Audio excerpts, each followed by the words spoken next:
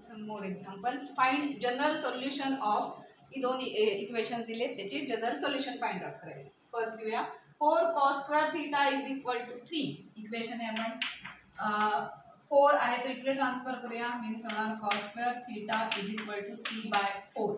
याचा या कशाचा स्क्वेअर आहे तो बघू आपण. So that implies cos square theta is equal to √3/2 ह्या टर्मचा हा स्क्वेअर आहे. So cos square theta is equal to cos square alpha असेल तर ह्या cos स्क्वेअर अल्फा हे कोणाचा कुठल्या अल्फासाठी ही टर्म येईल आणि याचा स्क्वेअर होईल. तर √3/2 ही कशाची असते कॉसच्या 30 ची व्हॅल्यू असते म्हणजे π/6 ची व्हॅल्यू असते. So alpha is equal to π/6 घातलं तर cos square alpha is equal to 3/4 मिळेल. सो √3/2 ब्रॅकेट स्क्वेअर ही व्हॅल्यू मिळण्यासाठी अल्फाची व्हॅल्यू काय लागेल इथे π/6 लागेल. So that implies alpha is equal to π/6. Therefore general solution is equal to theta is equal to काय मिळणार आहे n पाय. स्क्वेअर साठी काय असतं general solution n pi plus और मायनस अल्फा आणि अल्फा आपण इथे फाइंड आउट केलाय तो अल्फा फक्त सबस्टिट्यूट करायचा. Therefore general solution is theta is equal to n pi plus और मायनस π/6. 30 आहे ना प्लस और मायनस π/6 तो हे याचं जनरल सोल्युशन झालं. Sine square cos square tan square साठी n पाय प्लस और मायनस अल्फा हे जनरल सोल्युशन असतं. अल्फा फक्त आपल्याला काय येतो तिथे बघावं लागतं काय असतं. Second tan cube theta is equal to 3 tan theta. आता इक्वेशन सगळं आपण सॉल्व करणार आहोत. So that implies tan cube theta minus 3 tan theta is equal to 0. दोघांना काय कॉमन निघेल. That implies tan theta into bracket uncommon tan square theta minus this 3 is equal to 0. या दोघांचा product is equal to 0. That implies काय होणार tan theta either tan theta is equal to 0 or this bracket is 0. tan square theta minus 3 is equal to 0. So एकदा हे solution आणि हे अशी दोन जनरल सोल्युशन्स मिळतील. So tan theta is equal to 0 हे सिंपल. हे कधी असतं tan थीटा सगळ्या n पाय साठी tan थीटा 0 असतो. म्हणजे 1 पाय 2 पाय 3 पाय 4 पाय सगळ्यासाठी tan थीटाची व्हॅल्यू 0 येते कारण tan is sine upon cos आणि साइन थीटा हे सगळ्या n पाय साठी 0 असतात. 1 पाय म्हणजे 180 डिग्री 2 पाय म्हणजे 360 डिग्री त्याच्यानंतर 3 पाय 4 पाय सगळ्यासाठी काय असतं सगळ्या n पाय साठी साइन 0 असतं. त्यामुळे अर्थात tan ची व्हॅल्यू पण 0 आहे. त्यामुळे याचं एक सोल्युशन मिळालं जनरल n पाय.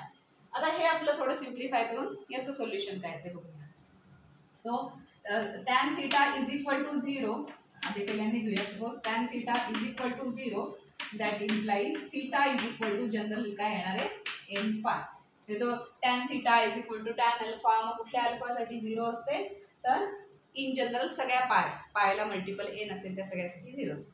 सो एक सोल्युशन झालं theta is equal to n pi. आणि एक सिंगल सोल्युशन नाही अजून एक आहे तिथे ते पण कन्सिडर करायला लागेल. Consider tan square theta minus 3 is equal to 0 that implies tan square theta is equal to 3. मग 3 कशाचा स्क्वेअर आहे तर √3 चा स्क्वेअर. मग आपण पुन्हा तेच आपण जसं कॉस साठी केलं होतं तसंच tan साठी करायला लागेल. That implies tan square theta is equal to tan square alpha असा अल्फा फाइंड आउट करायला लागेल जो √3 चा स्क्वेअर अशी व्हॅल्यू इथे देईल. √3 कशासाठी असतं साइन आणि बघितलं तर ते π/3 साठी असतं म्हणजे 60 साठी असतं. तो चार्ट आठवा. त्या चार्टमध्ये टॅनची कुठली व्हॅल्यू म्हणजे कुठल्या थीटासाठी व्हॅल्यू √3 येते तर tan 60 साठी व्हॅल्यू √3 येते. 60 म्हणजे काय रेडियनमध्ये लिहिलं तर π/3 येतं. π/3 60 आहे ना. सो π/3 साठी ही √3 व्हॅल्यू येणार आहे म्हणजे अल्फाची व्हॅल्यू इथे π/3 मिळाली. π/6 झाले सगळे π/3 मिळाली. So general solution therefore general solution दोघी लिहून टाकूया. थीटा इज इक्वल टू एक झालं n pi and theta is equal to square साठी फॉर्म्युला काय असतो n पाय प्लस और मायनस अल्फा. डायरेक्टली लिहूयात आपण n पाय प्लस और मायनस अल्फा किती आहे π/3. सो ही दोन सोल्युशन झाली या पर्टिक्युलर इक्वेशन साठी. Theta is equal to n pi हे एक जनरल सोल्युशन. याच्यात इन्फायनाइट सोल्युशन्स असणार आहेत and theta is equal to n pi plus or minus pi by 3 हे एक जनरल सोल्युशन. त्याच्यात पुन्हा इन्फायनाइट सोल्युशन्स असणार. हा पाय बाय 3 फक्त आपल्याला काय आहे म्हणजे हा अल्फा काय येतोय तेवढं फक्त आपल्याला माहित असायला लागतं. त्यासाठी 0 to 90 डिग्रीच्या ज्या स्टँडर्ड व्हॅल्यूज आहेत तो चार्ट नीट पाठ करून ठेवायचा.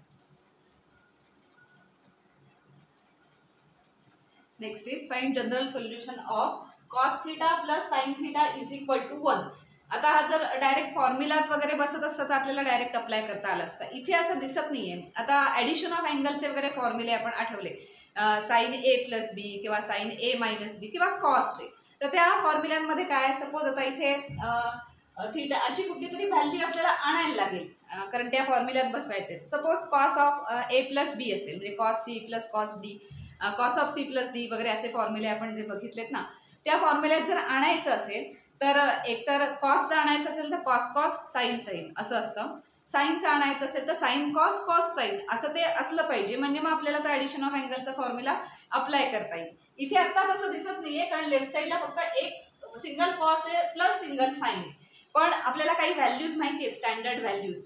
तर सेम व्हॅल्यूज दोन्ही थीटाच्या सेम व्हॅल्यूज कधी येतात तर पाय बाय 4ला दोन्ही थीटा सेम होतात. म्हणजे साईन थीटा पण साईन 45 आहे 45 डिग्री त्याची पण व्हॅल्यू 1/√2 आहे आणि कॉस 45 आहे त्याची पण व्हॅल्यू 1/√2 आहे. सो 1/√2 ही जर व्हॅल्यू आपण इथे आणली तर त्याच्यासाठी साईन 45 किंवा कॉस 45 असं आपल्याला रिप्लेस करता येईल कारण त्या दोन्हींसाठी सेम आहे.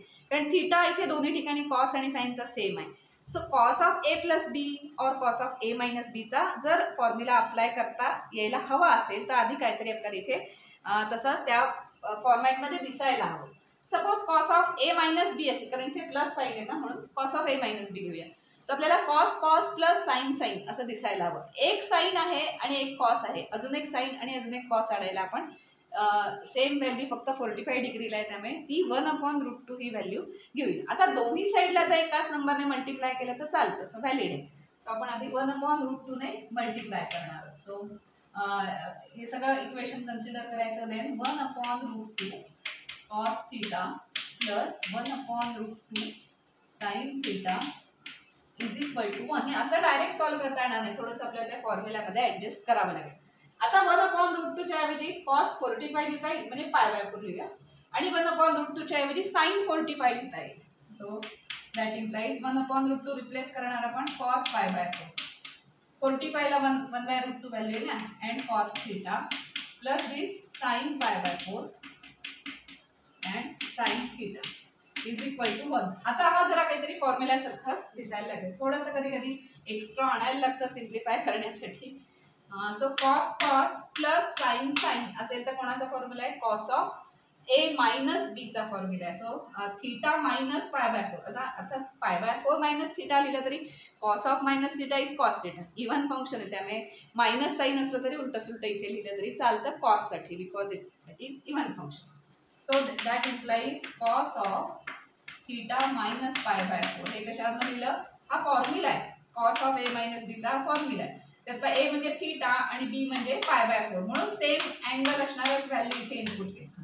इथे राहिली सगळ्याला मल्टिप्लाय करायला लागतं असं काहीतरी राहून चालायचं नाही व्हॅल्यू 1/2. तर सगळ्याला आपण हे केलं. आता इज इक्वल टू काय मिळालं आपल्याला राईट साईड 1/√2. आता आपल्याला असा अल्फा फाइंड आउट करायचा आहे where cos of alpha is equal to 1/√2. ते माहिती आहे आत्ताच आपण घेतलं होतं ना pi by 4. So that implies cos of theta minus pi by 4 is equal to cos alpha where alpha is a solution. त्याची व्हॅल्यू काय आली पाहिजे 1/√2. तर कुठल्या अल्फासाठी 1/√2 येते कॉसची व्हॅल्यू, तर अल्फा काय मिळाला आपल्याला पाय बाय 4. 45 साठी येते ना 1/√2. आता जनरल सोल्युशन फक्त लिहायचं आहे. कॉस साठी जनरल सोल्युशन काय आहे, देअरफॉर जनरल सोल्युशन कॉस साठी काय आहे, हा जो अँगल आहे तो अँगल सगळा घ्यायचा theta minus pi bye. Theta असतो ना एबी, इथे अँगल काय आलाय थीटा मायनस पाय बाय 4. त्या अँगलसाठी जनरल सोल्युशन आहे 2n पाय plus or minus this alpha म्हणजे पाय बाय 4.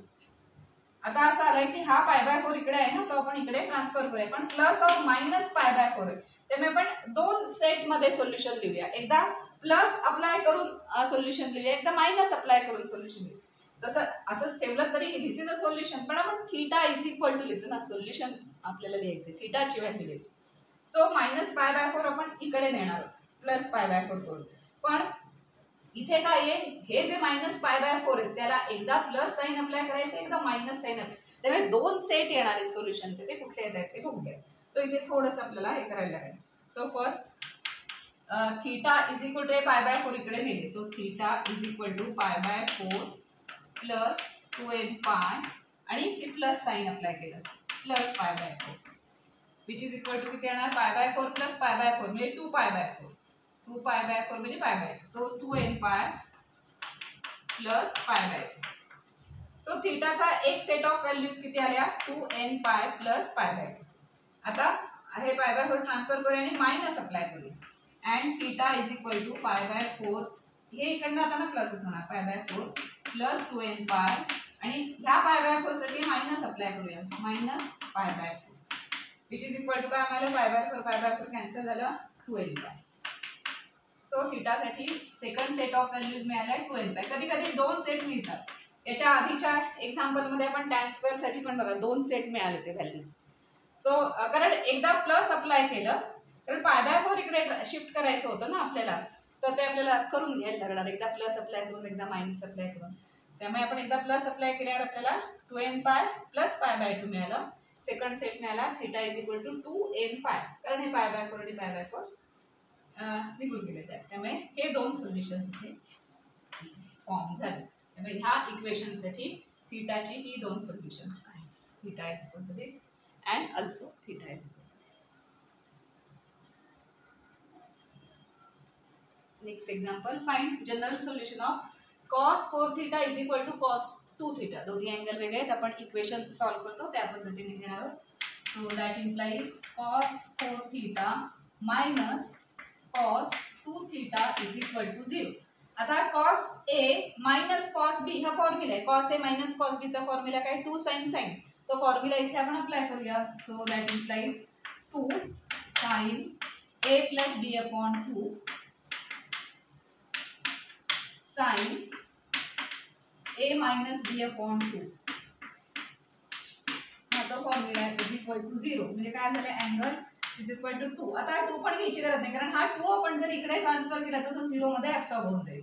2 घ्यायची गरज नाही. सो साइन अँगल काय झाले 4 प्लस 2 6 अपॉन 2 म्हणजे 3 थीटा अँड 4 मायनस 2 म्हणजे प्लस 2 अपॉन 2 म्हणजे sine theta is equal to 0. मग या दोन यांचा प्रॉडक्ट इज इक्वल टू 0 म्हटल्यावर काय येणार, that implies either sin 3 theta is equal to 0 or sin theta is equal to 0.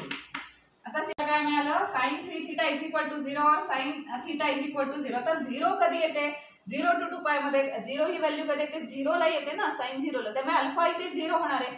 किंवा डायरेक्ट nπ असं लिहिलं तरी चालेल, कारण सोल्युशन काय असतं nπ plus -1 raise to alpha. पण अल्फा इथे 0च येणार आहे, कारण 0 व्हॅल्यू येते. सो आपण डायरेक्ट nπ असं लिहिलं तरी चालेल, किंवा ते सगळी स्टेप केली तरी पण चालेल. Alpha is equal to 0, therefore general solution. पण जनरल सोल्युशनचे 2 सेट येणार आहेत, हा एक सेट येणार आहे आणि हा एक सेट येणार आहे. आणि मग नंतर एक करता येते का बघूया आपण. So that implies 3 theta, solution काय येणार आहे 3 theta is equal to nπ. आणि इथे काय येणार आहे सोल्युशन थीटा, हा जो अँगल आहे तो theta is equal to nπ. So that implies solution finally theta is equal to nπ/3 आणि दुसरा सेट आला theta is equal to nπ. आता इथे nπ/3 प्लस काहीतरी अल्फा प्लस π/2 वगैरे असं काही नाही, प्लस नाही. त्यामुळे हे जर दोन्ही ऑब्झर्व केलं तर हा जो आहे, हा जो अँगल आहे तो बरोबर याच्या मल्टिपल मध्ये. कारण π/3 म्हणजे किती 60 डिग्री आणि π म्हणजे किती 180 डिग्री. आणि 180 डिग्री हा मल्टिपल अँगल आहे ना 60चा. त्यामुळे जेव्हा n म्हणजे 1 2 3 4 n च्या सगळ्या जेव्हा इन्फायनाइट व्हॅल्यूज घालणार आहोत तेव्हा काही स्टेजवर हा nπ येतच राहणार आहे, कारण तो त्याच्याच मल्टिपल मध्ये ना. सो असं असतं की 2 च्या मल्टिपल मध्ये हा 10 आहे. त्यामुळे 10 वेगळा लिहायची गरज नाही, कारण आपण 2n असं लिहिलंय ना. सो 2n असं लिहितो, त्यामुळे कधीतरी 10 येणारच आहे, कधीतरी 100 येणारच आहे, कारण ते तो त्याच्या मल्टिपल मध्ये आहे ना. त्यामुळे 10 हे वेगळं सोल्युशन किंवा 100 हे वेगळं सोल्युशन द्यायची गरज नाही. तसं इथे आलंय, कारण ते प्लस और मायनस वगैरे काही नाहीये. त्यामुळे एक्झॅक्टली हा π/3 आणि हा काय झालाय π/3 ह्याच्या मल्टिपल मध्ये असल्यामुळे हा ह्याच्या पट्टीत आहे ना, हा 60 डिग्री आहे एन इकडे बाजूला ठेवू आपण असा, तर हा 60 डिग्री आणि हा 180 डिग्री आहे ना, तो त्याच्याच पाढ्यात येणार आहे, त्याच्याच पट्टीत येणार आहे. त्यामुळे हे त्यातलं लोएस्ट आपण घेतलं तरी चालेल solution. So that implies theta is equal to n pi by 3. हे आणि हे असं एकत्र लिहिलं तरी चालेल, पण काही गरज नाही, कारण हे जेव्हा आपण कॅल्क्युलेट करत जाणार आहोत तेव्हा मध्ये मध्ये हा n पाय येतच राहणार आहे.